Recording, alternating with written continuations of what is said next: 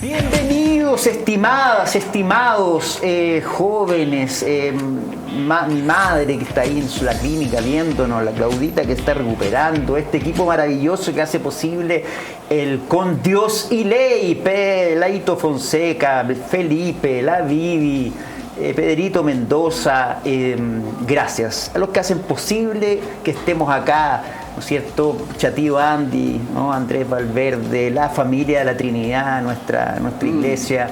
Un saludo, Bomba, te mandaste una prédica ayer extraordinaria, cómo gocé esa prédica. Les mando un fuerte abrazo a todas las iglesias, todas, y cuando hablo de todas las iglesias, hablo de todas las iglesias católicas, iglesias evangélicas, a todos los que tenemos al Señor como guía. Estimados, hoy día tenemos un programa muy sabroso. Nos acompaña como todos los días martes a las 10 de la noche, a las 11 de la noche, por Vive de BTR, don Alfred Cooper. ¿Cómo estás, Alfredo? ¿Todo bien, Alfred? Es que me mediaba porque efectivamente un saludo a mi... mira. ¿Tienes algo diferente? Mi dentista mané que se preocupó de llevarme para... El diente, mire, estaba quebrado y ella me lo arregló. Así que un saludo especial. Y hoy también muy contento por tener la visita de mi familia de Chicago, que llegó. Mi hijo trabaja en la Universidad de Chicago y están acá. Y todos tus nietos hoy día, la Vivi con qué cantidad de pega, pero los niños están portando muy bien, van viendo algo abajo. Sí. Está Benjamín. Pero anoche lo lindo fue ir a lo que es el culto de velas, donde hay 9 lecturas de la Escritura, entrando al área chica del nacimiento de Jesús y entre medio himnos y tener a mis 10 nietos ahí, toda mi familia, adorando al Señor. Qué maravilla. Viéndolo. Yo diría que fue uno de los días más lindos de mi vida, ayer. ¡Wow! Mira la declaración, Alfred. Qué lindo. Así fue. Bueno, por este lado, ¿no es cierto?, tenemos a don Eduardo Artés.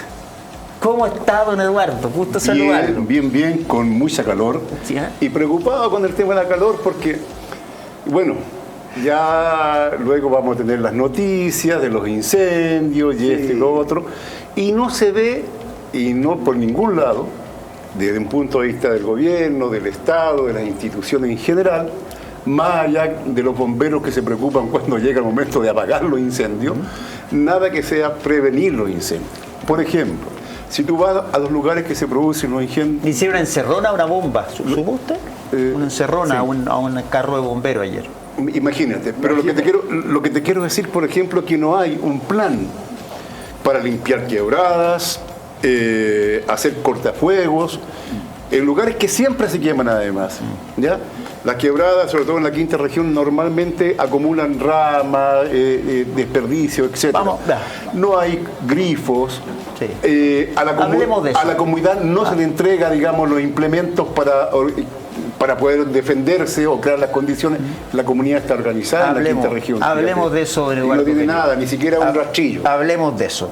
Por el lado derecho, yo les voy a contar la verdad a todos los que nos están mirando, a todos nuestros hermanos o hermanas que están ahí mirándonos.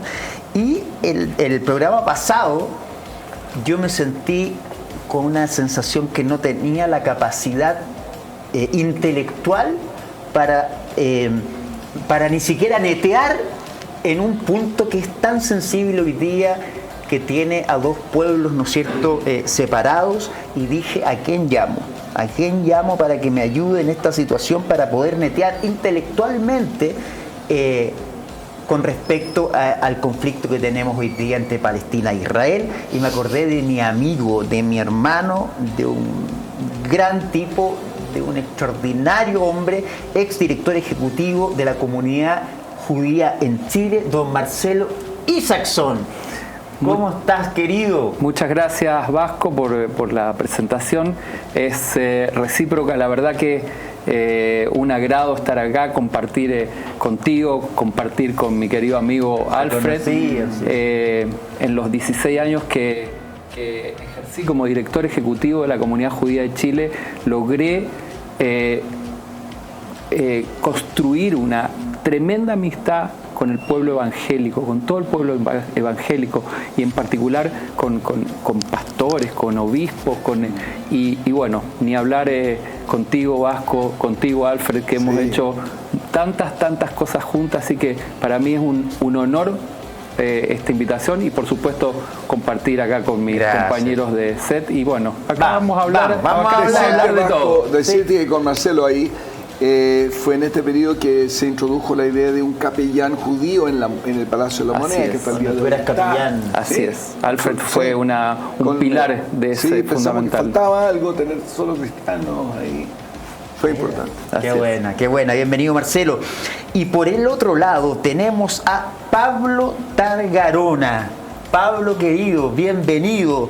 Entiendo que eres director de la carrera de negocios de la Universidad Bernardo Higgins. Sí, la Escuela de Negocios, efectivamente. De la Escuela de Negocios. ¿Estoy bien en la presentación? Sí, Qué está bien, estimado Vasco. Estoy encantado de estar ahí con ustedes, con una buena energía que se siente acá. Y bueno, mi foco también es poder aportar a que la gente despierte un poco más frente a este consumismo efervescente en esta época, que la gente piensa comprar y se olvida realmente las cosas elementales del existir, que son mucho más simples y elementales de tener un bien material. Así que gracias, Vasco, por la invitación. Me gustó ese tema. A ver, Alfredo, ¿cuál es que a una semana para la Navidad y las cartas al viejito pascuero y el sentido y bla, bla, bla, y estamos constantemente preocupados del consumir, ¿no es cierto?, y comprar, y con plata que a veces no tenemos, entonces usamos tarjeta. ¿Cuál es el verdadero sentido de nuestra Navidad? ¿Qué pasa? Porque conocen de más la historia navideña, ¿no es cierto? Y sucede en Israel. Me encanta esa historia donde el Hijo de Dios nace en un pesebre. La humildad, la sencillez. Los ángeles visitan a algunos pastores. Y esta forma en que se anida la encarnación de Cristo, habla primero de sencillez, de amor, de cariño, de austeridad, ¿sí? De que en ese periodo también, claro, hay regalos que se traen, ¿no es cierto? Hay un exceso un poquito, Alfredo. Hemos llegado a una... Claro, entonces lo que ocurre, claro, se comercializan cosas con Halloween, hasta esto. Entonces pasa a ser los miles de viejitos pascueros. Se comercializa, se pierde el sentido. Por eso a nosotros nos gusta dar a las familias un pequeño rito que hacen en sus hogares, donde recuerdan la central razón por la Navidad, ¿no? Es como que el viejito pascuero se ha unido al nacimiento de Jesús, ¿no? Ha tratado, pero no lo ha logrado. Pasa a ser una cosa folclórica en las periferias, pero para que se entienda bien, yo creo que orientamos a nuestra familia a que tengan un tiempo muy serio en familia, además de todo lo que sea jolgorio familiar y regalos. Muy bien, no está mal, con tal que no se pierda, como decía Pablo, el centro de este tiempo. Bueno, don Eduardo, su mirada... ¿Quién le puedo decir yo? Mira, yo creo... No, pero cuéntame, ¿usted pasa la Navidad con su... Usted tiene nietos, ¿no? Tengo un nieto. Mira, considero de que la gente sí, tenemos todo el derecho a tener momentos de alegría, de esparcimiento, de compartir, etcétera. ¿Usted come pavo o algo? No, mira, yo no tengo ningún problema... ¿cómo se llama?, en el tipo de comida ni cosas que parezcan. Pero sí hay una cuestión que es clara. Lo que es bastante indignante, ¿no?, cómo distintos momentos se transforman, o los grandes comercios, ¿no?, transforman esto, todo, Halloween, como dice acá, esto, el Día de los Muertos, lo que tú quieras. Todo se transforma, en definitiva, en un consumismo exacerbado. Y además un consumismo de una cantidad de cosas que son desechables, ¿no?, que no tienen mayor duración más que el momento.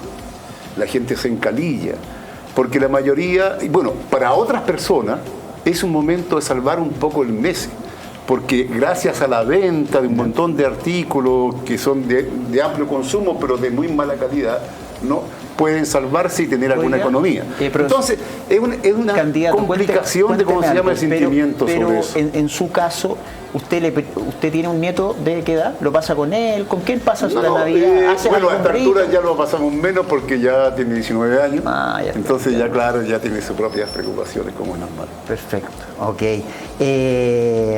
Pero celebran la Navidad, o sea, hacen algo en familia, nada, no es nada. Mira, un día más. Aquí hay el amigo acá secreto. Uno tiene una cultura, independientemente de que tú seas creyente en Dios o tengas una religión o no tengas, tú tienes una cultura del país que estás, ¿no? Y como tal, uno conmemora, digamos, no conmemora, sino que participa. Si todo el mundo se junta, uno se junta y comparte. Y acompaña porque es normal. Sí. Porque ahora, si uno hubiera nacido en un lugar que tiene otra cultura y tiene otros ritos, seguramente participaría, eso independientemente de nada, porque uno es parte de una cultura. Sí, perfecto. Me estás recordando, perdón, a Richard Dawkins, el famoso ateo, ¿no? Que proponía el ateísmo, pero últimamente él ha estado en Oxford diciendo: no sé por qué me siento atraído a la cultura de Navidad. Oye, pero mira, se está metiendo a las iglesias a escuchar los lindos cantos navideños. Wow. Y más que un ateo cae por ese peligroso Navidad. Mira, pero indiscutiblemente hay iglesias que son muy hermosas. Linda, y si uno tiene la posibilidad, tiene que ir y verlas, por cierto. Sí. Ahora, yo he quedado así impresionado, alguna vez digo yo, mira, ¿cuánto costó construir esto? Sí. No sé, y empiezo a sacar las cuentas, digo yo, ¿cuánto gente aquí comió muy mal para esto? Bueno, pero ¿cuánta gente ese es otro tema. Pero ¿cuánta gente se salva? Sin embargo, la cultura, ¿cuánta gente se salva la cultura en esas iglesias? Es muy importante. Mira, correcto. Yo te digo, inclusive en países socialistas en su época, ¿no? Las Pascuas se celebraban absolutamente. Goodbye Lenin, no sé si vieron la película. Absolutamente. O sea, no es un tema. Pablo, querido, la mirada hablábamos un poco antes de entrar al programa, la mirada del consumo. Es que eso, a ver, cuéntame un poco, es que eso es importante. ¿Qué socialmente pasa? ¿Qué le pasa al ser humano? Es clave. Hay muchos analistas de finanzas, influencers, que hablan mucho de los microgastos, gastos hormiga, administrar el presupuesto, pero se habla muy poco o nada en redes y en los medios respecto a la profundidad del sentir, del motivo por el cual generamos los deseos de compra, que finalmente son influenciados por los medios en los cuales estamos ahora, en las redes sociales, que estimulan muchas veces los cambios y estimulan el deseo de consumir, que está bien en su justa medida, por supuesto, que tampoco se me asusten aquí los oficiadores que digan, oye, no, claro, pero el deseo de fondo de la gente que quiere comprar finalmente muchas veces es algo artificial, es banal. Es influenciado por estos influencers, estos estereotipos que hay en el mundo entero, y en estas épocas, ya desde el punto de vista más económico, tanto marzo, septiembre, diciembre, son las fechas más consumistas en el año. Wow. ¿Qué ocurre ahí? ¿Qué pasa con la gente? Como un poco decía el profesor aquí, hay un tema cultural que se genera, pero el hito de la Navidad, el hito, ya sea lo que sea que uno profesa en cuanto a religión, el hito es un hito que unifica a las personas, pero la duda es, ¿tiene que ese hito realmente ser algo que sea de la mano con las compras excesivas, más allá de lo que realmente podemos nosotros manejar a mediano y largo plazo? Wow, sí, perfecto. Te entiendo pero perfecto, Pablo. Presumamos que todos están en un excesivo consumerismo. Eso es una generalización que no es verdad. Pero por ejemplo, pero pareciera que va hacia... No, yo te digo que si no tienes al Señor en medio, claro, tu Dios es dinero, lo que sea. Pero por ejemplo, hay que disciplinar esto. Con nuestra familia estamos hablando, vamos a hacer un amigo secreto, cada uno tiene un regalo y no está esta lujuria. Es interesante de llamar a nuestra audiencia a que vaya hacia algo más austero, y hay mecanismos para hacerlo, para que los niños no vayan a sentir, ¿no es cierto?, esa cosa como hoy no, nosotros somos raros porque hacemos algo distinto. Ojalá que avancemos hacia allá. Marcelo, yo creo que la importancia, el mundo de Israel, el mundo judío, ¿cómo celebra el 24? Yo recuerdo mis amigos no celebraban. Nosotros, a ver, no es esto es claramente una fiesta cristiana. Su origen es una fiesta cristiana, pero tiene un componente judeo-cristiano finalmente. Sí. No olvidemos que Jesús fue un judío, nació como judío, murió como judío. Y por lo tanto tiene un punto de conexión ahí. Nosotros no celebramos, pero sí acompañamos, tal como decía el profesor Artés. Vivimos en una sociedad y respetamos las creencias y en qué se basan las... Pero el judío, ¿cómo se tiene un nombre? El judío más religioso. Ortodoxo. No celebra. No celebramos la Navidad. No ponen árbol de Pascua. No, pero a ver, conozco historias de algunas familias que son mesiánicas, que son mixtas, que uno del matrimonio judío, otro del matrimonio es cristiano, y sí comparten en ese caso, porque además coincide esta fecha siempre con el Hanukkah, la fiesta de las luminarias. Entonces se arma un ambiente de festivo muy bonito, donde también hacemos regalos muy pequeñitos para simbolizar la fiesta. Pero volviendo un poquito al tema de la falta del consumo y la falta de religiosidad que tiene hoy en día, tiene que ver con nosotros. Nosotros los padres, los adultos, somos quienes tenemos la obligación y la responsabilidad de educar a nuestros hijos. Hoy les aseguro, y me ha pasado a mí, que le he preguntado a niños de qué se trata esta fiesta, y es la fiesta del viejo pascuero, que trae regalos. Pero mucha gente, muchos niños sobre todo, desconocen que se celebra el nacimiento de Jesús. ¿No es cierto, Arce? Es así. Es verdad. Entonces, está en nosotros la responsabilidad de los adultos. No necesariamente tenemos que dejar solamente a la educación, a quienes están involucrados en la educación, la responsabilidad de esto. Nosotros como adultos, como padres, tenemos la responsabilidad de decir, esto es una fiesta religiosa, una fiesta donde los votos de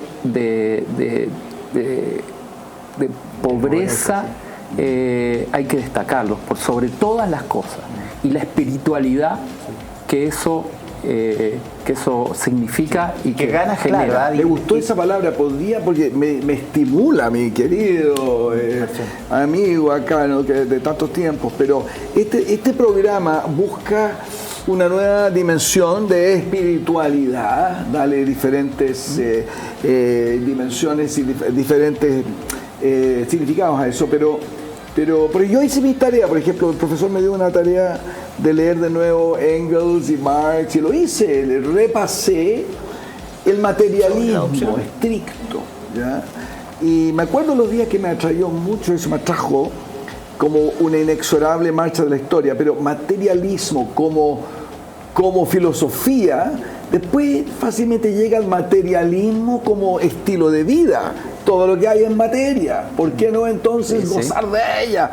Así que, ¿qué limita eso? Cuando tiene o una disciplina ideológica suficiente, que muchos no la tienen, de entender la razón de ser de cosas, o una espiritualidad que te disciplina de nuevo, te renace. Y eso es lo que ocurre con mucha gente. Están cansados del materialismo. Sí. ¿Excesivo o de filosófico? Sí, yo creo que estéril. Pero hay un problema. Por ejemplo, una cosa es el materialismo filosófico y otra cosa es el materialismo vulgar, ¿no? Hay mucha gente que puede ser partidaria del materialismo desde un punto de vista filosófico y cae en el materialismo vulgar también, por falta de ideología, lo que tú quieras.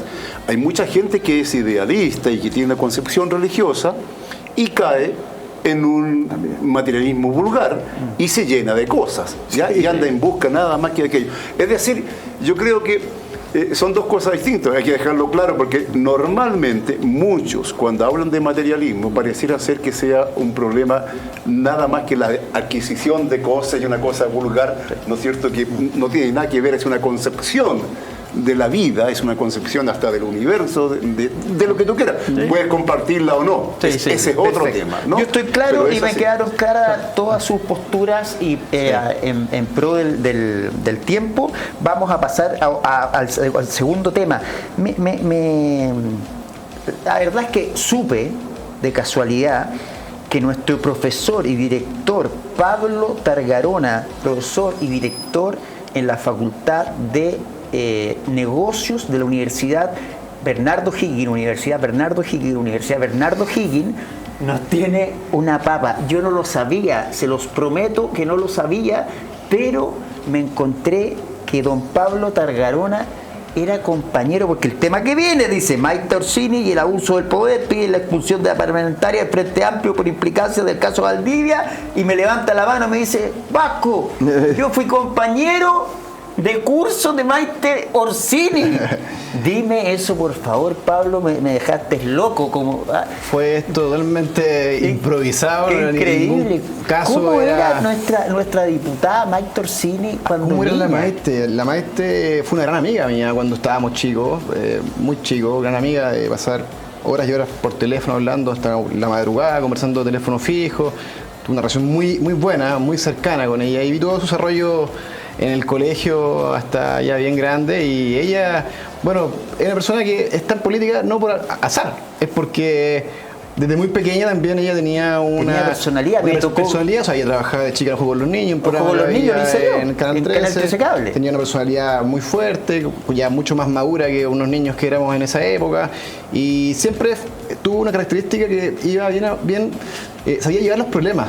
Y estar cercana a los problemas. Desde muy pequeña siempre estuvo. ¿Y la sigues hablando con ella? No, perdimos distancia hace ya un buen tiempo. ¿Qué le pasó, perdimos distancia. Pablo? Tú que la conoces más que todos nosotros. La conozco desde su génesis. En el camino, pero pasan muchas cosas en todo caso. Sí. ¿Y qué crees que le pasó? Yo creo que siguió un camino adecuado en lo político. Ves que me preguntan a mí, mis amigos de curso, que todavía me junto, por supuesto.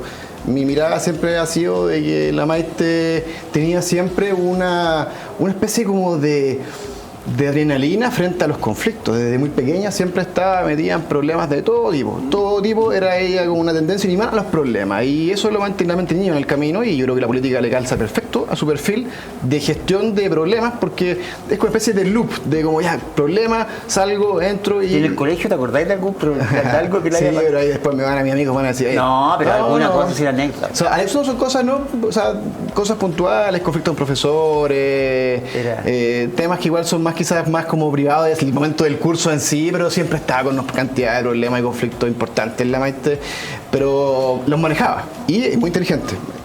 La Maite siempre fue muy hábil, muy rápida, y como maduró también desde muy pequeña, muy fuerte ella, agarró unas características de su personalidad que le han llevado a tener la templanza para poder llevar todas estas tormentas que ha vivido, y como decía antes, yo creo que sin duda son parte de su personalidad. Si tuvieses que decirle algo hoy día, Pablo, a la Maite, compañera, claro, que está ahí, parece que en una clínica, entiendo, una clínica psiquiátrica. Desconocía eso, ¿no? La Maite que busque un poco la paz, que se aleje un poco de la exposición, que la ha llevado desde muy chica, y que eso puede llevarla, como ahora quizás, a entrar en loop de conflictos que quizás puedan llevarla a momentos aún más críticos, que no los problemas...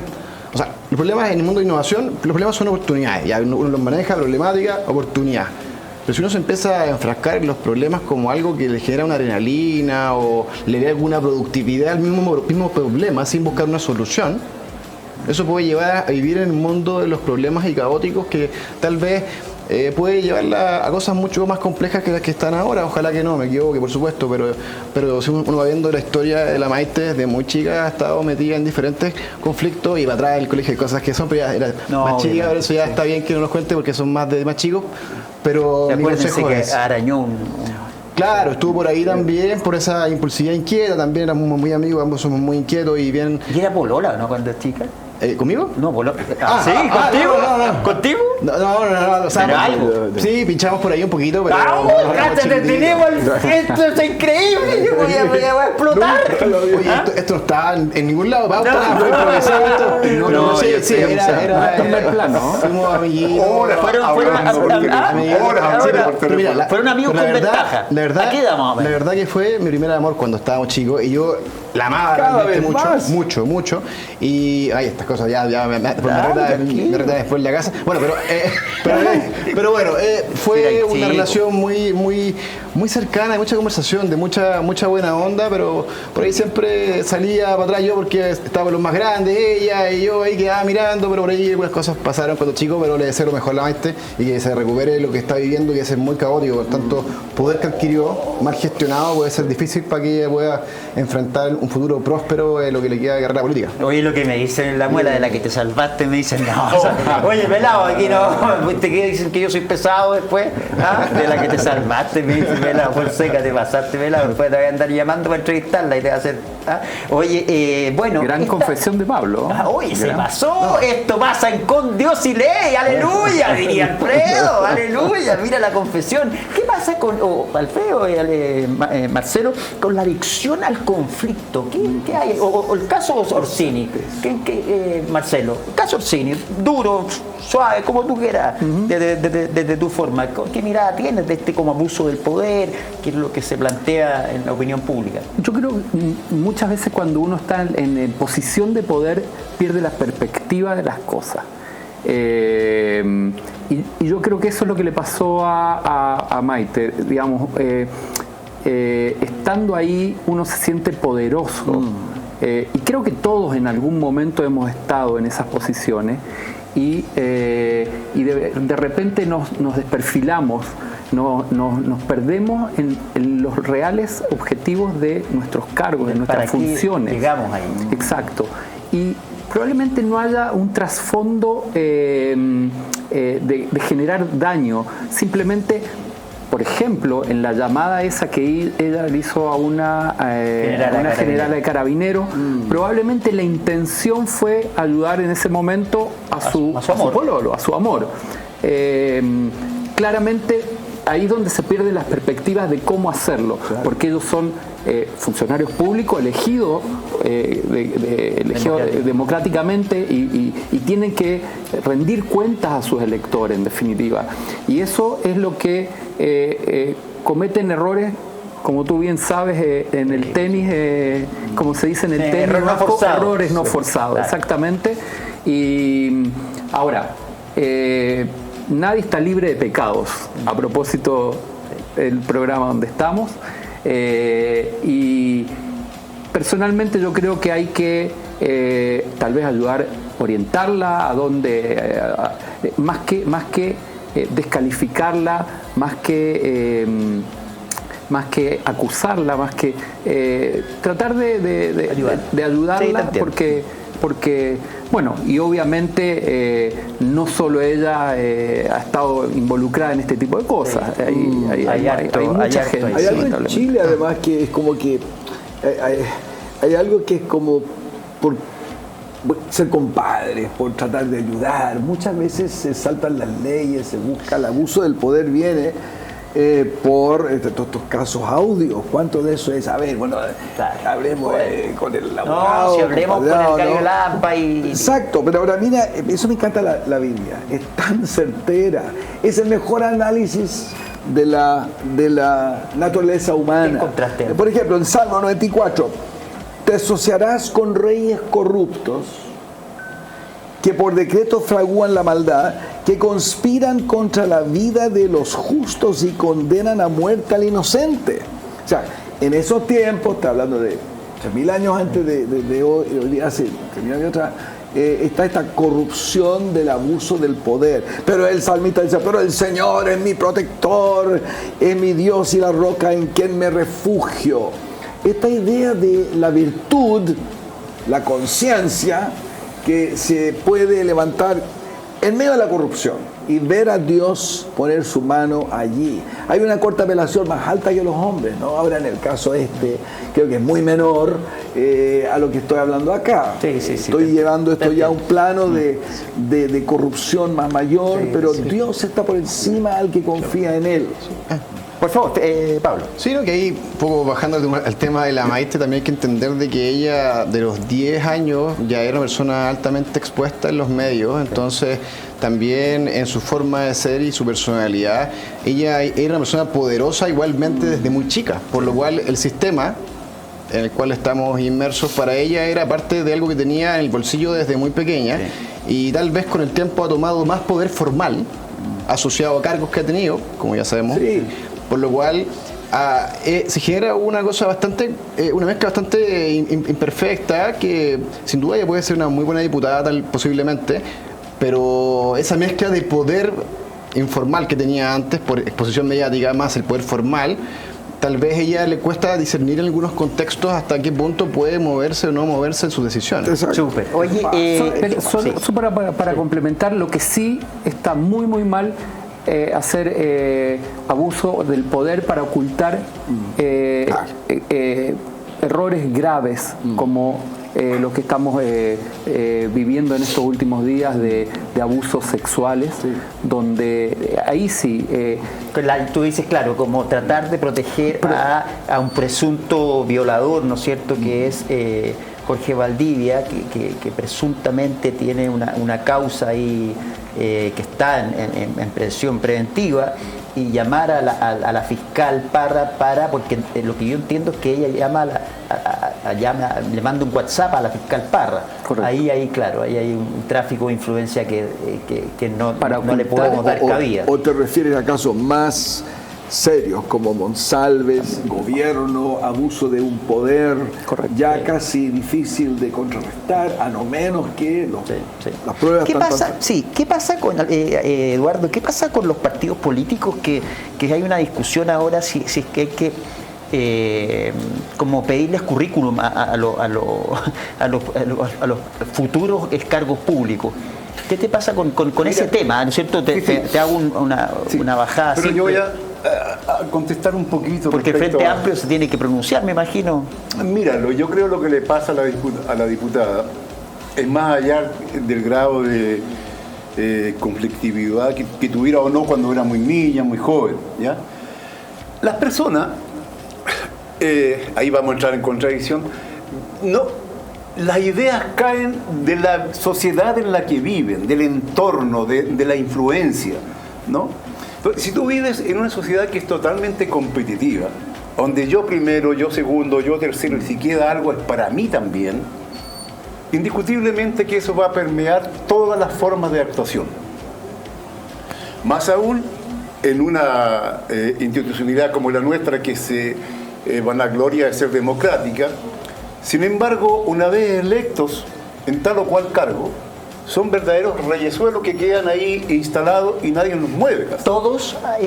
¿Se salva alguien? Desde lo que es Eduardo, un concejal hasta el presidente de la República. Pero en el mundo político se salva No, o sea, hay gente que indiscutiblemente... ¿A quién respetas, por ejemplo? Espérate un poquito para ir al fondo. Porque claro, nosotros tendríamos que tener, y lo proponíamos en la candidatura pasada, el carácter revocable de los cargos, ¿no? ¿Qué sería como? ¿Qué pasaría en el caso de Mike Torsini? Los electores se pronuncian, pues. Y que los electores a 2 años, distrito, a 2 años de su cargo, claro, la puedan sacar. No, ¿Y cómo hace? Pero eso ¿cómo lo hace? Que se haga un plebiscito. ¿Cómo lo haces viable? ¿Qué nace el plebiscito? El plebiscito tiene que estar, en este caso, CERVEL, tiene que haber una organización, tiene que haber algunos reglamentos que lleve. El reglamento sería, si abusas de tu cargo, que se haga una... Pero claro, existe una comisión, pero seguramente. Imagínate, pasaríamos en plebiscito. Bueno, entonces, creo. Pero puede ser, eso hablaría entonces de lo mal que estamos, en términos generales, y te digo yo, de las dos caras de la moneda, del duopolio que está en el gobierno, que está en el poder, tanto digamos la vieja derecha como la nueva derecha. La nueva derecha para mí el Frente Amplio y todo eso. ¿Cómo debiésemos elegir los partidos políticos? ¿Cómo debiesen elegir, a las autoridades? Que es un tema que a mí me interesa. Los partidos políticos, si no están en íntima relación con las bases, y las bases tienen un control sobre ellos, y más aún que los dirigentes pongan como elemento esencial el servir a la gente y no servirse de sus reivindicaciones, en ese momento se da un tipo de dirigente distinto. Es muy difícil en este momento porque las organizaciones sociales, una gran parte de ellas están muy jibarizadas, muy pequeñas, ¿no? Porque el individualismo ha llevado a grados muy fuertes, ¿no? Pero cuando hay organizaciones poderosas, ¿ya? Sociales, controlan a su dirección y cambian a sus dirigentes y promueven a los mejores. Por ejemplo, podríamos discutir todo lo que tú quieras, pero yo como tengo mis tiempos ya en mis años, yo me recuerdo que antes del golpe había una cantidad de dirigentes que tú los veías sin dientes, con la ropa surcida, qué sé yo, etcétera, y tenían una moral, tenían una entrega, tenían un servicio a su gremio, a donde eran, que era impresionante. Jamás se quedaban con un peso. Y eso hoy día cada vez es más difícil. Entonces aquí hay un problema de fondo de carácter social que determina esto. Ahora, ¿qué hacer? Bueno, yo creo que hay que cambiar radicalmente el modelo económico que determina una forma de pensar determinada, porque las cosas no caen. No caen del cielo. Pueden caer, pero me interesa mucho la perspectiva de Pablo en algo, porque me hace pensar mucho en estas paradojas que vivimos hoy. China comunista, sin embargo, se ha transformado en una sociedad capitalista, totalmente, ¿o no? ¿Por qué pasa eso? ¿Es capitalista China? ¿Y por qué después de años de Mao y de cuántas cosas se transforma en esto? Me interesa mucho la objetividad de esto, no la ideologización de esto. Me interesa ver cómo un economista ve esto. La Camila Vallejo quedó con la... ¡Wow! Mira, ¡qué increíble! China, pero a ver... Es interesante. Yo llegué hace 3 meses, llegué de Rusia, invitado por el gobierno ruso. La firme. Ruso, bueno, que es parte del BRICS, por supuesto, ustedes saben, ahí está también metido en China y tienen un modelo similar, que es una forma, o sea, mi lectura, mi perspectiva respecto a mi experiencia, un mes entero viviendo en diferentes lugares de la Federación Rusa. Nos acompaña Pablo Targarona, director de la Escuela de Negocios de la Universidad Bernardo Higgins. Los pongo ahí. Y la mirada que tiene Rusia, parecida a China, es el libre mercado funciona de una forma. Nosotros vamos a jugar a este juego del libre mercado y hacerlo igual o un poco mejor, pero con una lucidez de saber que tiene que tener un ingreso importante las partes de deciles más bajos de la sociedad. Entonces, en el fondo es una forma bien lúcida. Por ejemplo, en Rusia, puedo decir nombres de marcas de empresas. Puedo decirle, Starbucks se llama Star Coffee, Kentucky Fried Chicken se llama Rusty, exactamente igual, pero con nombres internos, lo cual, como decía antes, agarran el modelo de mercado, lo implementan internamente y lo llevan a un plano mejor. Eran más ricos los pollitos, funcionaban mejor. Y también, en Rusia, por ejemplo, habían cocinerías amplias, como por ejemplo casinos, de alta calidad gastronómica, a precios muy, muy bajos, que también es parte del sistema que estimula que las personas que tienen pocos ingresos puedan comer con alta calidad. Entonces, en el fondo, es un modelo que ni siquiera se podría calificar como lo clásico, comunismo, socialismo. Es una especie de un sistema híbrido que se ha adaptado a los deseos actuales para darle solvencia a las diferentes estratos sociales de la sociedad. Mira, que se asemeja más a Singapur. Singapur es una dictadura de derecha benéfica que desarrolla increíblemente, es un mall, es todo un mall Singapur, un solo mall gigantesco, pero solamente terminar de decir, pero ahora vemos que China va en esa misma dirección, ambos con una visión benéfica. ¿Y por qué no? A ver, mira, ahí yo tengo una idea. Lo que pasa en Rusia es verdad, una cantidad de empresas que eran occidentales, cuando se produjo, digamos, la situación con la OTAN, con Ucrania, etcétera, ¿no? Estas empresas se fueron o fueron expulsadas. Entonces se nacionalizó toda esa empresa, se le cambió el rótulo y todo eso, ¿no es cierto? Cierto. Entonces se ha ido reconstruyendo un espacio estatal de la economía muy fuerte en Rusia. Pero además tiene una dirección del Estado, la economía. En China están los planes quinquenales. Es decir, al viejo estilo, ¿no? Ellos planifican para 5 años, inclusive planifican para 100 años. En China, por ejemplo, el 1 de mayo los trabajadores tienen 6 días de vacaciones. Y el turismo interno es una barbaridad.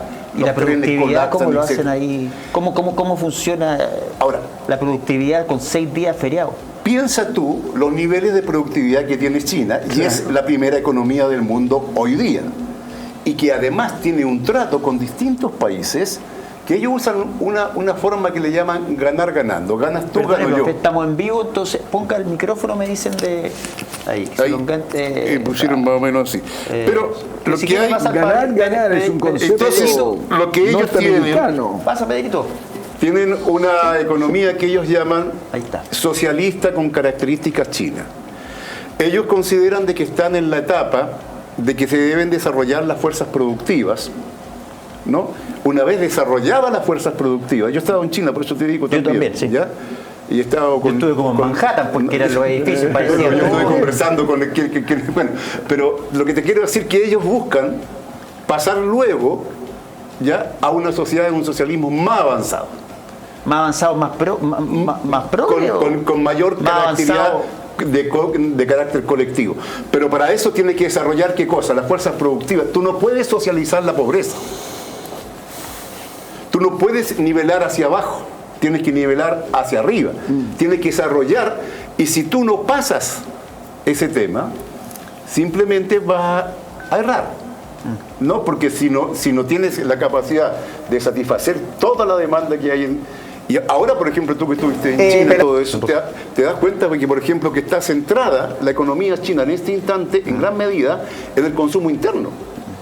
Claro. Además, claro, del externo que tiene... ¿Comparte usted, Pablo, con el profesor Artés? Sí, comparto, nada más que el relato muchas veces está más aferrado a la clásica narrativa de los denominados partidos o tendencias políticas, pero en la actualidad yo creo que... ¿Qué te parece que en cada empresa china, inclusive la extranjera, en el directorio hay un miembro del Partido Comunista? ¿Un chino? Sí, sí. No un chino, un miembro del Partido Comunista, colocado por el partido para llevar todo el tema contable y que no se escape nada por ningún lado. Yo me muero, imagínense acá, estamos haciendo el programa y tenemos obligado. Imagínate la falta de democracia. Obligado, pero lógico, si eso no es parte de eso es pues, estoy yo diciéndote lo que yo sufriría, eso es mi mirada, ¿cierto? Que en la reunión de pauta viniera un chileno comunista, chileno comunista, a decirnos lo que tenemos que hacer. A la reunión de pauta y vaya a ver cómo va a salir el programa. No, claro, saldría bien porque tú eres panelista, pero que venga otra persona a decirnos qué es lo que no tenemos que hacer. Pero querido Bardo, te lo digo de todo corazón, yo me muero. Le digo, compadre, váyase, le cierro la puerta, chao. ¿Y qué pasa si no? De verdad te lo digo, yo me muero si tengo una persona que no quiero que esté acá, porque nos sacamos la mugre para hacer este programa, somos personas que trabajamos y trabajamos libremente para hacer lo que se nos da la gana, no le hemos pedido un peso al Estado, ni un solo peso, y podemos hablar con amor y podemos hablar con Dios y con ley. Las cosas se demuestran con amores, son buenas, como es, intenciones. Acciones son amores y no buenas intenciones. Si pero tú me muero, sacas la cuenta, Eduardo, me muero. Que China en los últimos años ha salido del siglo de la humillación, ya al siglo, como se llama, del futuro, y que ha sacado, son 1.400 millones de habitantes, ha sacado 900 millones de la pobreza. Construyen una ciudad cada semana. Es una cosa espectacular. Entonces, tú lo que quieras, entonces el concepto fundamental, ¿qué es lo que es más libertad o no? Por ejemplo, la tierra en China, aunque es de usufructo de los campesinos y todo, no es heredable, sino que pasada una cantidad de tiempo tú tienes que volver a hacer el trato con el Estado. Puedo irme a una pausa. Pablo, una conclusión con respecto a las economías que tenemos que replicar, porque yo con un infiltrado acá comunista me muero, aunque puedo tenerlo de invitado feliz, como te tengo, Eduardo, casi panelista, todo feliz, pero... Claro, es que ahí, como decía antes, la narrativa, el comunismo, el socialismo, el capitalismo están funcionando en un sistema macroeconómico que tiene reglas que son más o menos claras, y los países, por más que se tiren para un lado no político en su relato político, igualmente están jugando las reglas del juego internacionales, o si no, finalmente caen en una crisis que es insostenible, como los países que sí se han cerrado demasiado y que han llegado a eso, por lo cual ya sea China, Brasil, Cuba ha entrado en ese juego también, en ese desarrollo. O sea, Cuba está en una crisis ahora, una crisis terrible. ¿Pero han liberalizado la economía de esa manera o no? En Cuba no tienen nada libre No hay todavía, nada está ahora liberalizado. ahora está estallado. Sí. Bueno, y Argentina hace poquito nomás. Pero yo quisiera... El punto ahí que esto no funciona, no somos países que somos islas que funcionamos de forma individual. El problema, ¿sabes cuál es? Mira, entonces, para que expliquemos desde un punto de vista económico. No somos islas, funcionamos con aspectos macroeconómicos, por lo cual necesitamos interacción para poder operar, porque no todos producen de todo en cada país. Mira, por lo cual, ahí... Mira, hay tres cosas... Pero tenemos que ir a la pausa y volvemos con el tema. ¿Volvemos con el tema? Sí, volvemos con el tema. Vamos a una pequeña pausa comercial, piel de seda, no se olviden, si quieren dar un regalo, masaje y todo tipo de cosas con respecto al regaloneo corporal. Como turista, Marcelo, ahí te voy a presentar a mi amigo Daniel Imperatore, que es dueño de este emprendimiento maravilloso de Como Turista. Te metes @como turista y puedes aprender a viajar mejor, más barato, las papitas, etcétera. Padel and Soccer Santa Elena, que si quieres jugar fútbol y quieres jugar pádel, ahí puedes ir a Padel and Soccer en Santa Elena, en Chicureo. Y Be Clean es una empresa de aseo industrial, que es de un hermano de nosotros ahí de la Iglesia de la Trinidad, Claudio, que además es un experto malabarista, si quieren contratarlo también. Nos vamos a una pequeña pausa comercial. Ha estado fabulosa la conversación con nuestros puntos de vista, pero sobre todo con Dios y ley y con muchísimo respeto. Así que eso, no se muevan de la sintonía. Esto es Con Dios y Ley.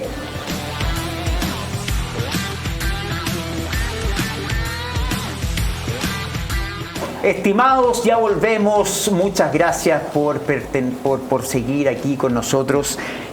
Nos pueden ver en YouTube, ¿no es cierto?, Con Dios y Ley _programa. Muchas gracias por la sintonía del programa pasado, que nos tiene a todos muy contentos.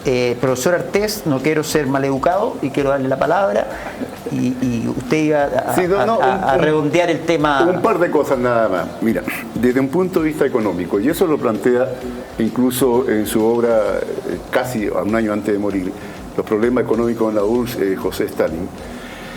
La concurrencia, el dinero, ¿no?, sigue funcionando incluso en el socialismo.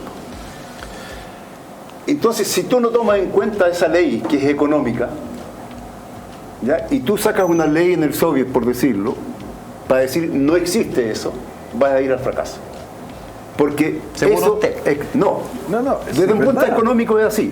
¿Cuándo se podrá superar eso? Cuando existan las condiciones. Podrá ser, a Mao Zedong una vez le preguntaron cuánto tiempo más van a estar en el comunismo. Y Mao dijo 10.000 años más. 10.000. A la periodista Anna Stroner, norteamericana. Entonces la periodista le dice, pero 10.000 son mucho, presidente Mao. Entonces él dice, bueno, 9.000. Y bajó hasta 7.000. Pero dijo, menos 7.000 años no me atrevo a decirle, porque esto avanza en oleada con avance y retroceso, la humanidad hasta que va a llegar a una sociedad superior. Pero entonces no es algo que se puede ver mecánicamente, en forma estática, ni mucho menos. Entonces es una cuestión que hay que ver. ¿Qué evolución? Ahora el camino que tú eliges. Entonces tú me dices, Eduardo, estáis peleando para 10.000 años más. Sí, claro. Puede ser. No hay problema. Porque Mao estaba equivocado y que estas leyes materialistas socialistas están equivocadas y se están abriendo, se están diciendo, no, lo que tú estás diciendo, en el stalinismo puro te habían llamado revisionista. No. Los chinos, lo que más leen, los problemas económicos, la obra escritos por Stalin, y lo que los más los aplican.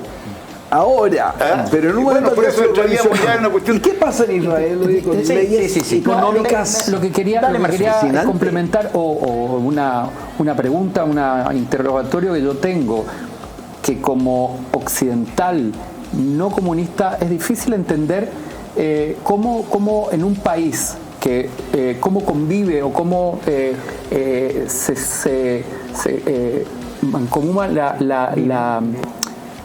la filosofía comunista con la práctica, en definitiva, porque China hoy por hoy es uno de los países que más consume marcas icónicas del capitalismo, marcas de lujo, por decirlo así. La bebida cola, China es el país donde más autos Ferrari se venden. Y las recicla. Entonces es difícil entender cómo un país comunista vive al estilo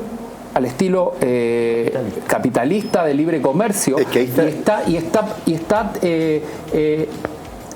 Yo creo que la cantidad de chinos que sacó de la pobreza está basado en un programa de libre comercio. Mira, el tema, perdóname, mira, cuando Xi Jinping lo ponen de secretario general del partido, presidente del partido y de la República, lo mandaron a una comuna que tiene 100 millones de habitantes, a sacar a esos 100 millones de la pobreza con el trabajo del Estado. Ese fue lo que tuvo que tener como mérito para llegar arriba. Es mucho de mérito en China.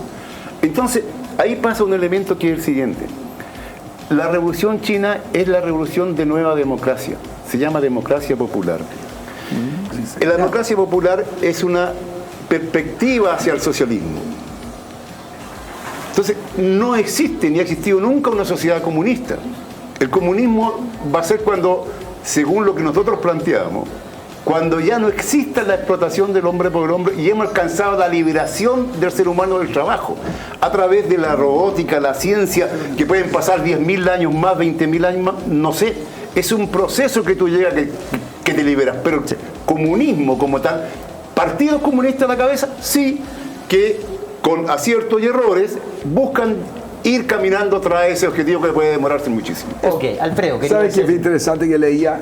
En la China, te va a interesar esto, los grupos que más vivieron el comunismo puro eran cristianos, que se llamaban The Jesus, la familia de Jesús. No sé cómo se dice en chino, pero ellos vivían un comunismo puro, porque el cristiano ya no, o sea, mira, en los primeros libros de Hechos de los Apóstoles, regalaban sus terrenos para que los pobres que no tenían, pues, es una cosa, un fenómeno que ya el materia vil, ya no les esclaviza, entonces regalan, ¿ya? Pero mira, me interesa porque el único otro lugar que he escuchado que ha habido, dejando de lado el tema que estábamos hablando, Palestina, Israel, pero en Israel tuvimos este tema de los kibbutzim. Kibbutzim, que eran también, pero sin embargo, no sé si quedaron atrás. ¿Cuál es la tensión socialismo puro en el concepto hebreo y el muy desarrollado capitalismo que los ha levantado tanto? Bueno, justamente Israel se independiza del mandato británico basado en los grupos, en las personas, miembros del grupo de grupos comunistas, del Partido Comunista, que llegan de Rusia, llegan de Polonia, llegan de muchos lugares del mundo, y se instalan en Israel con este formato del, como dices tú, Alfred, el kibutz, los kibbutzim, que establecen una forma de vivir que tiene que ver con el socialismo puro, que tienen que ver con el cooperativismo. Todos trabajan para un bien común, que es esa sociedad que fue formada. Ahora, durante muchos años esos grupos, esa sociedad funcionó a la perfección. Llegaron gente de todo el mundo a poblar, a establecerse en los kibutzim. Pero con el transcurso de la vida y la modernización de la vida, se empieza a producir lo que mencionaba antes, la occidentalización o la economía libre mercado que da mejores resultados que la economía social. Eso pasó en Israel. Eso pasó en Israel. Y empiezan a mudar muchos kibutzim, a transformarse en especies de sociedades anónimas, donde finalmente se hace una repartición de acciones por lo que habían trabajado y por lo que habían logrado hasta el momento. Muchos de esos kibutzim han sido tremendamente productivos en empresas de agricultura, startups, innovación, tecnología. Muchas de las tecnologías que hoy utiliza el mundo salió de los kibutzim. En los kibutzim el nivel educacional que ha tenido ha sido realmente muy elevado, muy elevado. Pero con el tiempo se dieron cuenta que no funcionaba el modelo y fueron mutando a lo que hoy muchos kibutzim, como decía antes, se transformaron en sociedades anónimas. Y cada uno trabaja para sí mismo sin olvidar que hay una sociedad que convive y que convivió como siempre y que es muy solidaria, por cierto, entre sí. Déjame aprovechar, precioso. Qué interesante. Sí, a mí me tocó viajar, justamente me tocó viajar con Marcelo y conocer algunos kibbutz realmente alucinante. Debe ser difícil ese modelo de organización. Pero déjame meterme en otro tema, Marcelo, que tiene que ver con el mundo de Israel. Yo cuando veo las redes sociales, ¿ya? Vamos a meternos en la pata de los caballos. Cuando yo veo las redes sociales, veo que la guerra en el mundo de las comunicaciones, para llevarlo, para meternos en el tema Israel-Palestina, es como que fuese poco cool, ¿ya? Te voy a ser bien honesto, ¿eh? Yo amo al mundo Israel, tengo muchos amigos judíos, entonces, pero sí siento que en la guerra, en la guerra comunicacional, tú ya no estás de director ejecutivo de la comunidad en Chile, pero en Chile hay como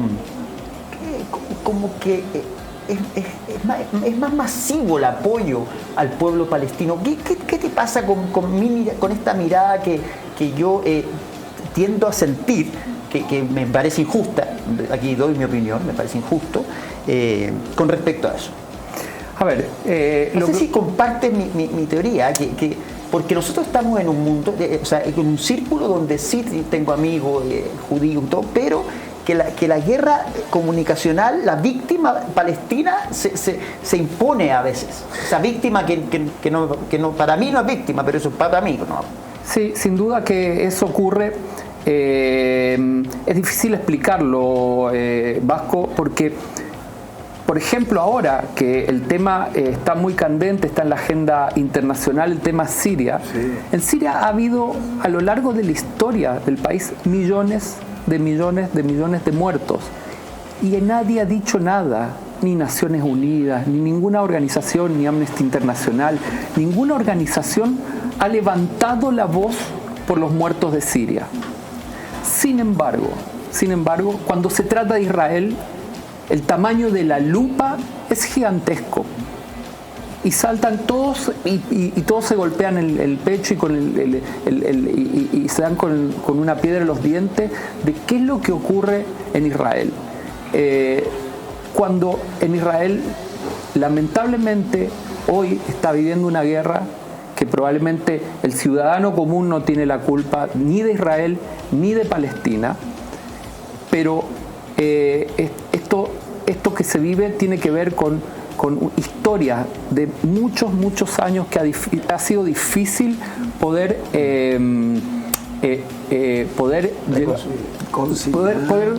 construir una relación entre ambos pueblos, que por cierto cada uno tiene sus derechos y cada uno tiene su forma de ver cuáles son los derechos que tiene, pero es claro que los judíos hemos habitado Israel de los tiempos bíblicos, ¿verdad, Alfredo? Absolutamente, sí. Por lo tanto, estamos reclamando ese derecho. Desde 4.000 años. Exactamente. Y Israel, como mencioné antes, se independiza de un mandato británico. Y basado en la resolución 181 de Naciones Unidas, dicen se crea un Estado judío y un Estado árabe. Los judíos hemos tomado eso y hemos dicho, ok, vamos a fundar nuestro Israel, el Israel moderno. Cosa que no ocurrió con el mundo árabe. El mundo árabe decidió no fundar su Estado y sí decidió entrar en guerra automáticamente. Al día siguiente, el 15 de mayo de 1948, se inicia la guerra contra Israel. Entonces, finalmente tiene que ver, a tu pregunta, Vasco, tiene que ver con que no está emparejada la cancha. No está emparejada la cancha.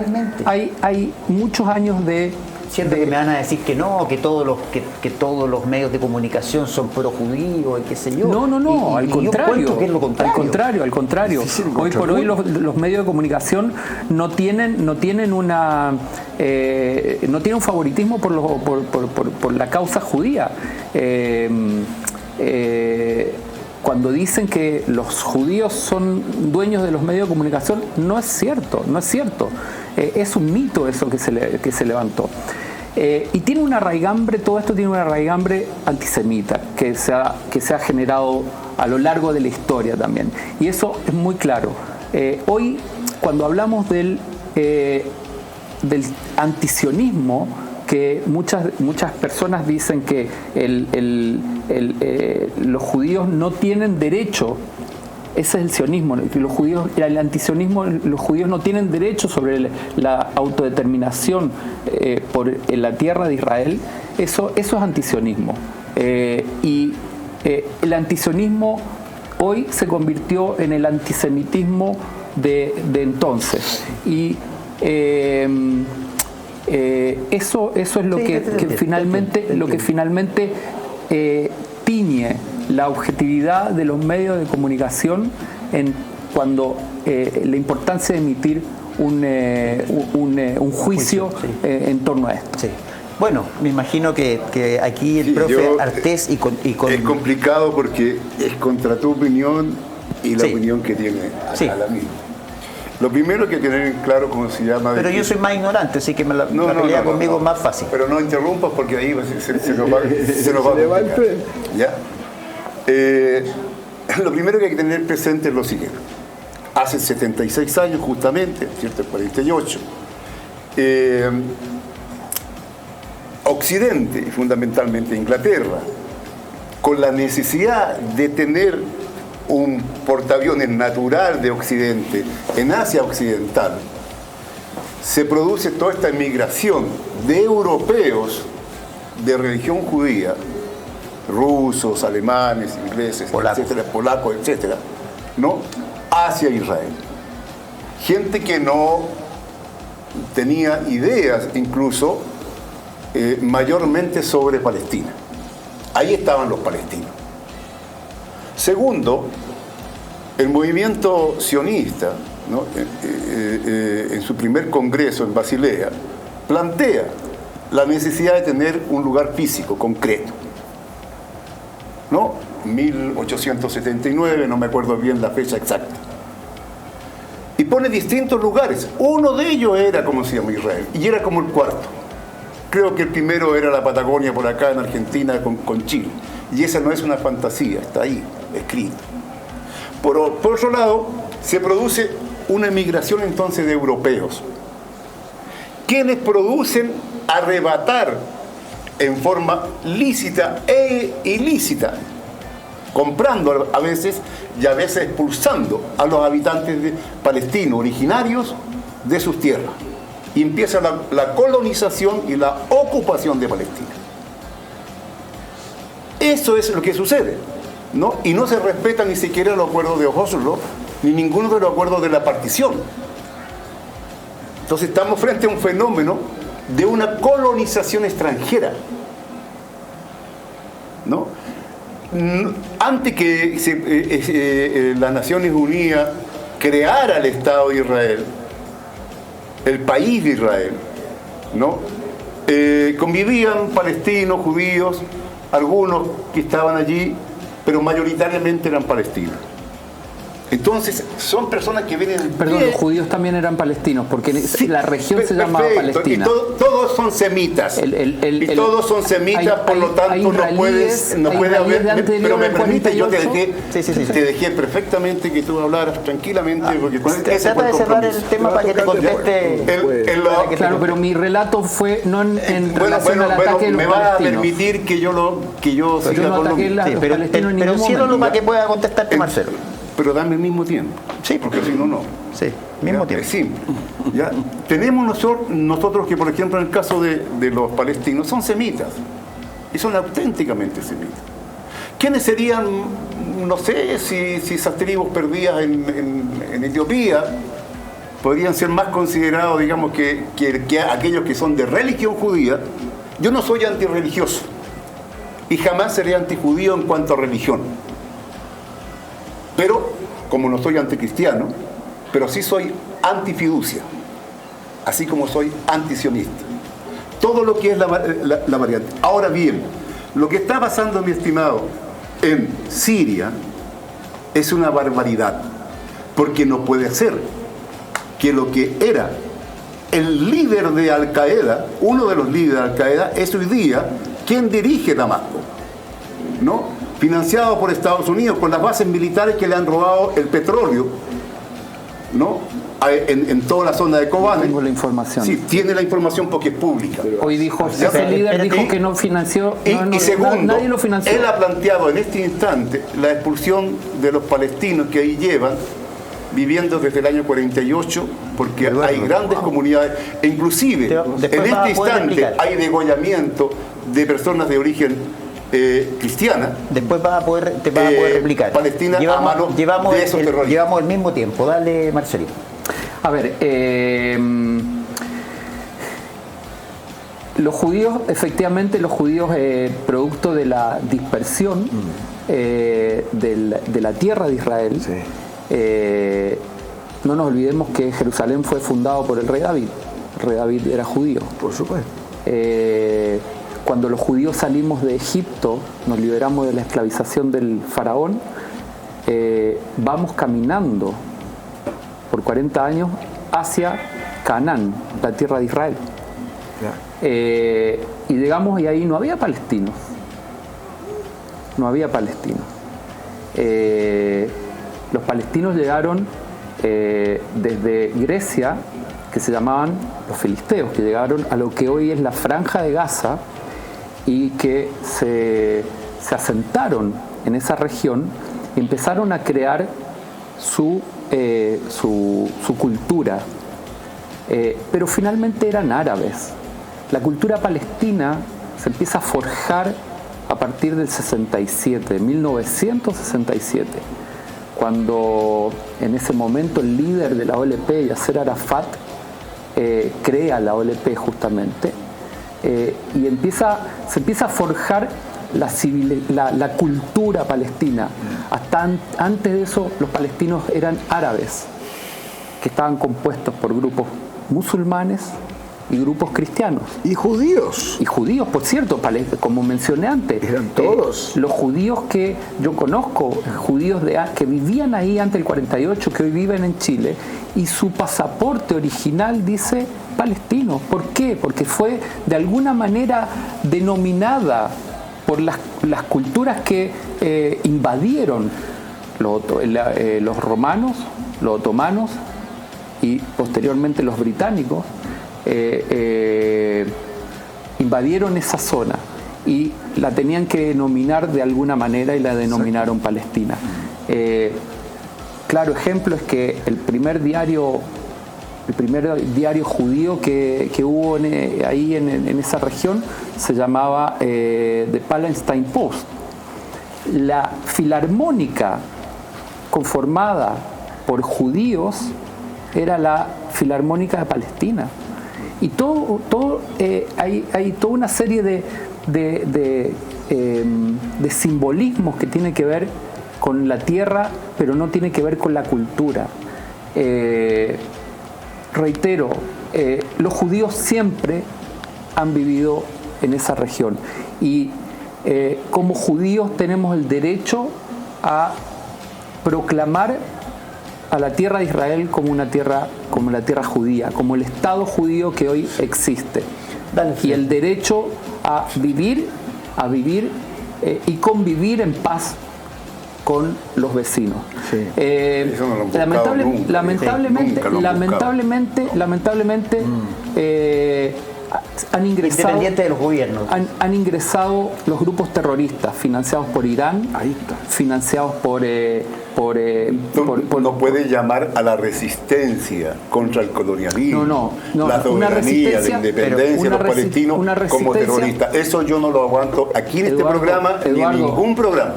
Resistencia fue lo que probablemente hubo acá en Chile. Porque lo que hoy día hay casi 50.000 asesinados en Gaza, de los cuales más la mitad son niños y mujeres. Hablemos de los asesinados a lo largo de toda la historia. Y te voy a mostrar que lo que han asesinado son justamente los sionistas. No te digo los judíos. Israel se defiende de la agresión. Se defiende hacia el colonizador, el que ha ocupado, el que ha desmembrado ese país. Que son árabes, como tú dices, con una cultura milenaria. No me vengas a decir entonces, ¿no es cierto? Que milenaria posterior al judaísmo. Ahora, pero la religión judía que andaba por el mundo, los judíos rezamos mirando judía es una religión. Israel. Los judíos rezamos religión pueden ser rusos, pueden ser alemanes, ingleses, franceses, chilenos. Los judíos rezamos mirando a Israel. Pero no es una nación. Ellos en el yo creo Antiguo que no te puedo permitir de verdad que se llame terrorista al pueblo palestino. Yo no he dicho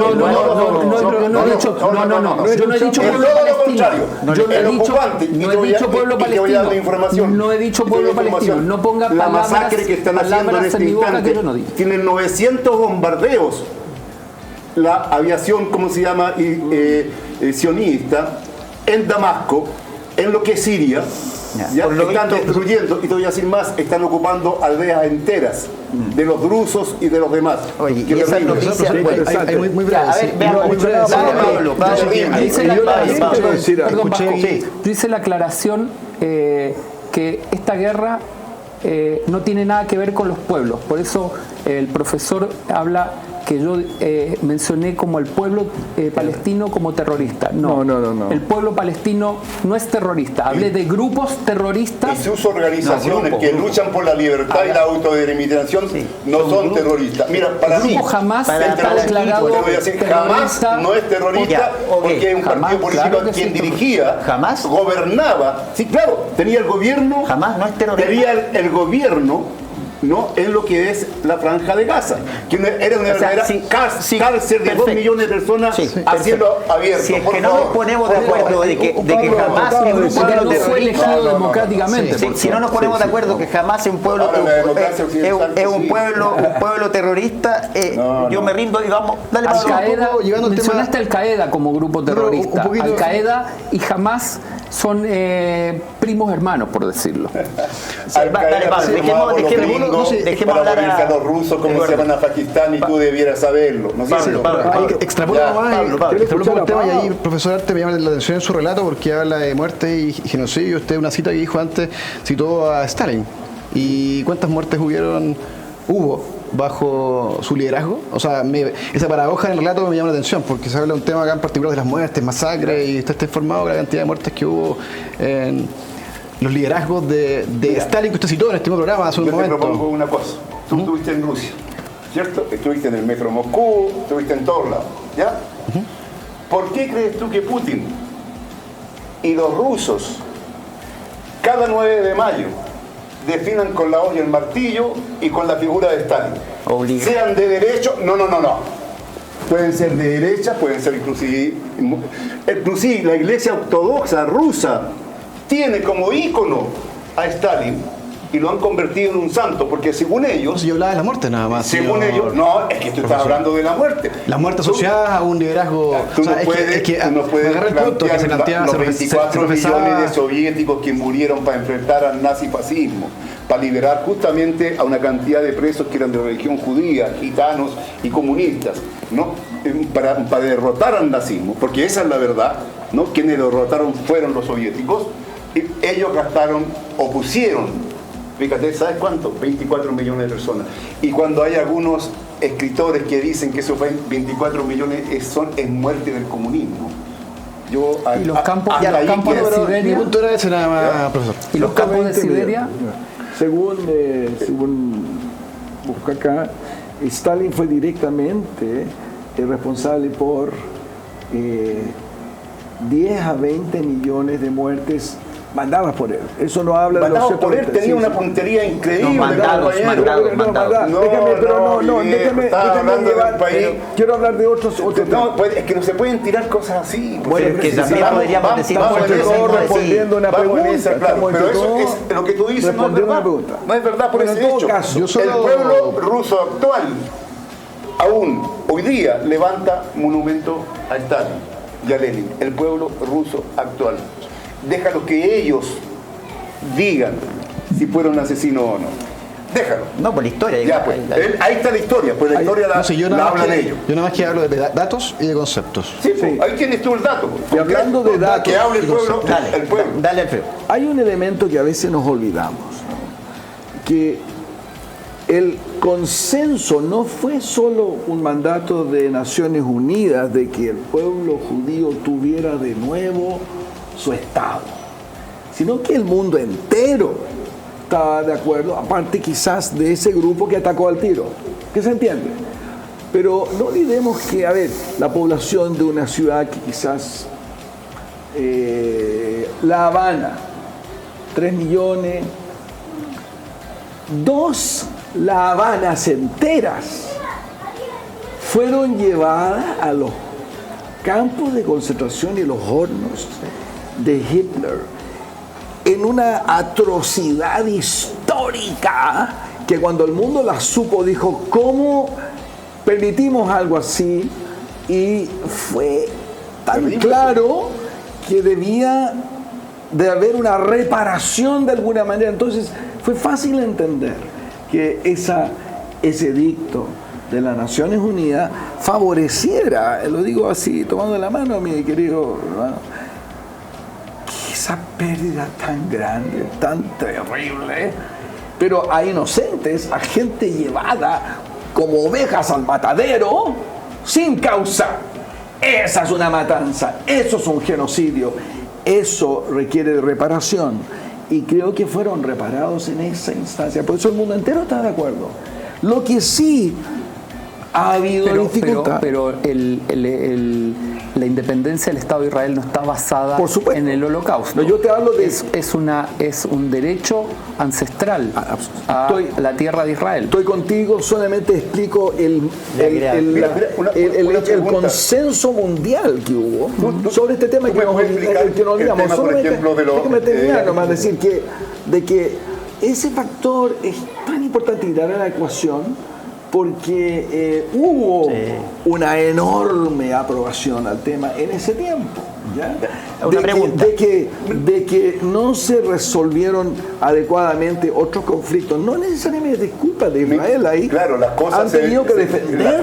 Las cosas se producen por una correlación de fuerzas en el momento, lo cual no significa que sea correcto o incorrecto. Una pregunta. Ese es otro tema, ¿no? Una pregunta, Iván. Sí, mira, hay una cantidad de funcionarios de altísimo nivel del Estado de Israel que de repente salen con unas expresiones hacia afuera que yo creo que a ti deben de producirte más de algún dolor de cabeza, porque tienen una suerte de menosprecio, ¿no?, hacia aquellos que tienen otra religión y que no son el pueblo elegido.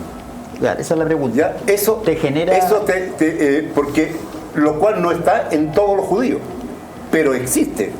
Listo, aquellos que salen, digamos, en forma brutal, planteando incluso que es necesario poco menos que liquidar a los palestinos en el vientre. No me puedo hacer responsable de lo que diga un gobierno. Bueno, yo no me hago responsable de lo que diga, así como no me hago responsable de lo que puede decir un gobierno aquí. el gobierno de Boric. No, yo no digo que, yo te pregunto, ¿qué te parece? Yo no me puedo hacer responsable de lo que diga el gobierno de Boric. Que haya ministros de Netanyahu que salgan con eso. Como usted siendo del mismo sector político, tampoco se puede hacer responsable. Yo no soy del sector político de Boric. ¿Cómo no? Si partido. No, perdona, pero ya yo creo que está renegando de la izquierda. No, a ver, pongámonos claros. Yo fui candidato a la presidencia, he sido 2 veces. ¿No? Sí, claro. Y no voté ni en primera ni en segunda vuelta con Boric. Considero que Boric es parte del... No somos parte de esa coalición. Pero es cosa de estudiar. Puede que dice que a lo mejor no tenemos mucha prensa, no nos dan mucho espacio, lo que tú quieras. ¿Ya? Y no es culpa de la gente no saber, de acuerdo. ¿No? Pero quien habla, y nuestra organización que es de carácter nacional, ¿no? Y que estamos con presencia. Aquí tiene su espacio, profe, toda la semana lo tratamos de respetar. No hemos estado nunca, aún más. Toda la semana. Consideramos que justamente el mejor gobierno que podía satisfacer y reordenar, como la propia Camila Vallejo lo ha dicho, a favor de, ¿cómo se llama?, del sistema, era el de Boric y no Kast. Kast, si hubiera salido electo, en este momento estaría la izquierda desarrollándose una fuerza increíble. No sabemos. Sí, porque el conflicto sería mucho más fuerte. Es un problema de ignorancia del pueblo. Por ejemplo, que no sabe diferenciar, entre... Yo no te voy a tratar a ti de ignorante, pero... No, del pueblo. Pero por eso, tampoco el pueblo, lo que te quiero decir, porque tú me dijiste que yo estaba ahí. No tiene conocimiento. Yo no estoy ahí. Viejo, yo soy, por ejemplo, del Partido Comunista Chileno Acción Proletaria, he sido 2 veces candidato a la presidencia, tenemos 45 años de vida, hemos hecho un acto maravilloso hace poquito de nuestro 45 aniversario, voy de candidato a la presidencia nuevamente. ¿Seguro? Pero ese dato no lo tenía. Así es. A ver, hemos decidido, digamos, aquello, y una vez que se abran las posibilidades de, ¿cómo se llama?, pero ya, esto es una noticia. Tú vas de candidato a la presidencia. ¿El partido no tiene ministro en gobierno? Es el Partido Comunista de Chile. Okay. Que nosotros no tenemos nada que ver con el Partido Comunista de Chile. Tenemos 45 años de historia, hay compañeros muertos, hay compañeros que han sido detenidos, desaparecidos. Tenemos una historia como Partido Comunista Acción Proletaria. Formamos parte de una situación nacional. Así como hay desconocimiento de lo que usted está mencionando, o sea, hay desconocimiento de la historia, porque si yo 2 veces candidato a la presidencia, entonces de la historia de Israel. Una vez discutimos juntos, cuando yo era candidato, ahora me he acordado perfectamente, ya en otro programa. Entonces, bueno... Que no lo vio nadie. O si no, yo sacamos fotos. No, pero la verdad las cosas es eso, ¿no? Mira, hay desconocimiento de muchas cosas. Usted mismo me ha declarado aquí que hay desconocimiento. El mismo desconocimiento que hay con la historia del pueblo de Israel y el pueblo palestino. Hay mucho hay dirigentes que se encargan, que tienen una dialéctica y se encargan de incorporar un relato que no es cierto. Estimados, me tienen... Peladito Fonseca me tiene loco. Vamos a hacer un cierre, pero muy pequeño de cada uno, partiendo por Pablo, que lo vamos a invitar de nuevo para que pueda. Teníamos aquí un espacio maravilloso, pero que vienes a hablar solo de tu pololeo con Maite. Todo lo contrario, ¿no? De tu tremenda labor que haces en la Universidad Bernardo Higgins, si quieres ser un power, un cototo, estudio. ¿Viste? Bien. Oye, cuéntate para terminar, Pablito, algo que te gustaría decir. Perdón, para que Pablo, le doy el pie a Pablo, para que comente, como hablábamos antes detrás de cámara, la labor social. Wow. Que hace la universidad. Sí, es importante que lo puedas decir. Sí, varios puntos, muy brevemente. Ahí cerrando, Pablo. Ahí cerrando, por supuesto. Estamos en un planeta que tiene 4.500 millones de años.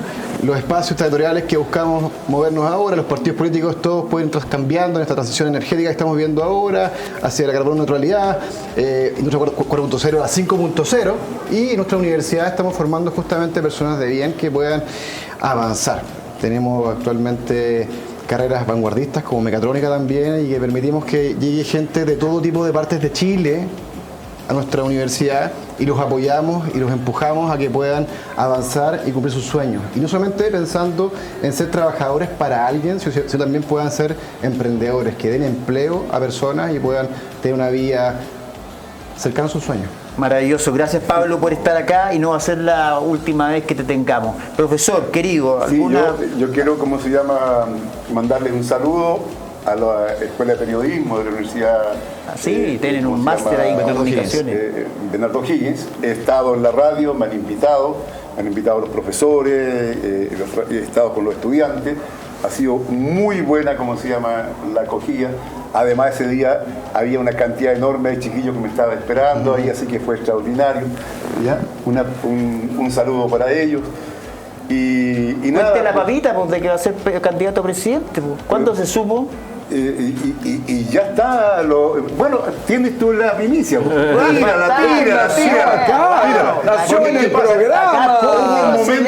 Hubo un momento que ya se tomó la decisión. Qué bueno. Y una vez tomada la decisión, te felicitamos. Se fue a conversación con las bases. Era lo que tú planteabas al principio. ¿Cómo es posible que algunos arranquen con los tarros, por decirlo así? Y el plan de gobierno ya está en el sitio web, ¿me contaron o no? El plan de gobierno lo empezamos a construir ahora, pero no es tan distinto al que hemos presentado en dos candidaturas, porque en realidad el país, o sea, en lo esencial, no lo vayan a acusar de autoplagio.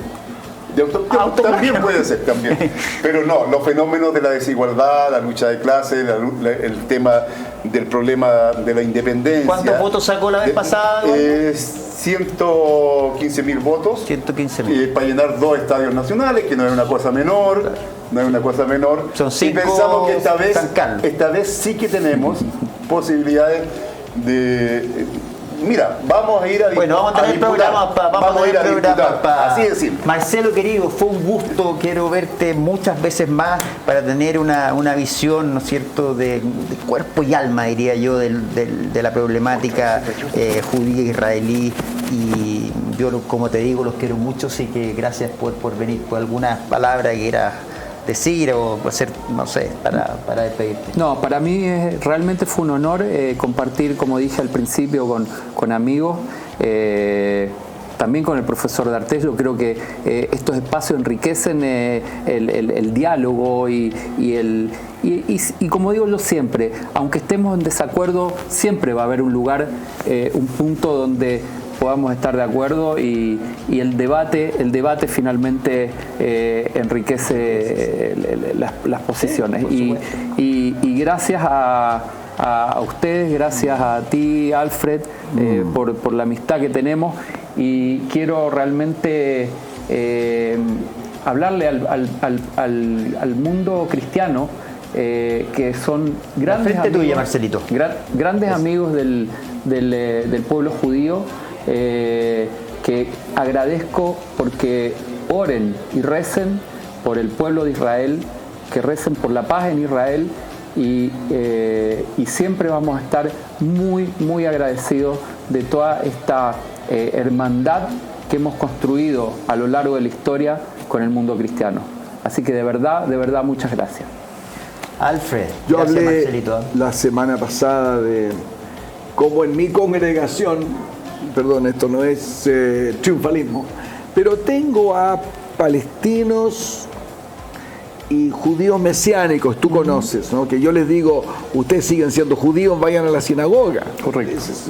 Son judíos que creen y en tensión se aman, ¿ya? Entonces, tengo a ex gente de la DINA y ex nunca son ex, hijos de desaparecidos, quienes al comienzo no se podían ver, después en Cristo hoy se aman. De hecho, el Andy es uno que y conversan juntos de cómo el mundo se soluciona. Por acá tiene que ser. Jesús hizo una parábola, y esto con este nuevo que me encanta, que había uno que decía, mira, yo tengo todas las soluciones, me alegro, Dios, que soy así y asá, que yo diezmo, que soy religioso, me alegro, lleno de autosatisfacción y lleno de autocongratulación. Pero Jesús, mira, Jesús dijo, pero atrás había un capitalista, era un publicano, ¿ya? Los que imponían impuestos a su propio pueblo en pro de los romanos, la gente más despreciable que se pueda pensar en esa sociedad. Y ese decía, oh Dios, ten misericordia de mí, un pecador. Mira la sorprendente palabra de Jesús. Dijo, ese, a pesar de que el otro era un religioso, ese se fue a casa justificado porque se humilló ante Dios y buscó la fe y el perdón. Y como dice el Salmo, Él perdona todos tus pecados, sana todas tus dolencias, Él rescata tu vida del sepulcro y te corona de gran amor y misericordia, te colma de bienes, tu juventud será renovada como el águila. Y ese es el Salmo 103. Así es. ¿Ya? Un Dios de misericordia, pero que viene al que se humilla y busca el favor de Dios y pueda tener todos los programas sociales después de eso que quiera, pero si Dios está con él, con Dios y ley, entonces hay una bendición sobre esa nación, como sobre Gualeligüe, pero es otro cuento. Sí. Bueno, muchísimas gracias, Peladito Fonseca, perdona, Vivi, linda, muchas gracias por hacer posible este programa, Pedrito Mendoza, la Clau, que le mandamos un abrazo, que se nos incorpora la próxima semana. Niños ahí, habían también ahí unos nietos de Alfredo, estaban nuestros hijos, Tomás, Luciano, Benjamín. ¿Te vas a acordar de los nombres de tus nietos? ¿De mis nietos? ¿Sí? Nico, abajo, Benjamín. Sí, está la María. La María. ¿Quién más? El Felipe. Está, el autor. Tiene 10 años y ha escrito 2 libros. Maravilloso, Felipe. ¿Qué está pasando? Maravilloso. Ahí también niños que nos acompañan, que están de vacaciones y nos acompañan a hacer esta pega que nos fascina y nos encanta. Una vez más, muchas gracias, Pablo querido, Marcelo, gracias. Eduardo, profe, Alfred. Chiquillos, muchas gracias a ustedes por estar ahí. No se pierdan el siguiente capítulo. Muchas gracias por la sintonía. Esto fue Con Dios y Ley.